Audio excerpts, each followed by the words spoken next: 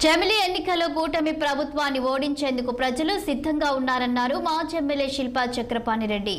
విద్యుత్ ఛార్జీలను పెంచడానికి రంగం సిద్ధం చేసిందని ఆయన ధ్వజమెత్తారు. ఛార్జీల పెంపుతో ప్రజలపై 15,500 కోట్ల భారం పడుతుందని మండిపడ్డారు.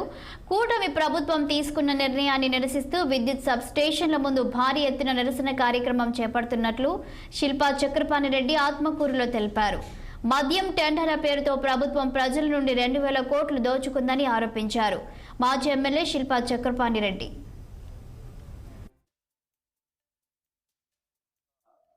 వినతి పత్రం సమర్పించడం, మళ్ళీ వచ్చే నెల 3-4 తారీఖుల్లో విద్యార్థులు ఫీజు రింబర్స్మెంట్ పైన పోరాటం చేస్తాం.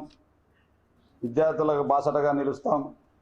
అన్ని వర్గాలకు బాసటగా నిలవాలన్నదే మా ప్రభుత్వ లక్ష్యం, మా యొక్క నాయకుని లక్ష్యం. ఎవరిని మేము నిద్రపోనీయం. ఈరోజు చూస్తూ ఉన్నాం, ఈ ప్రభుత్వం వచ్చే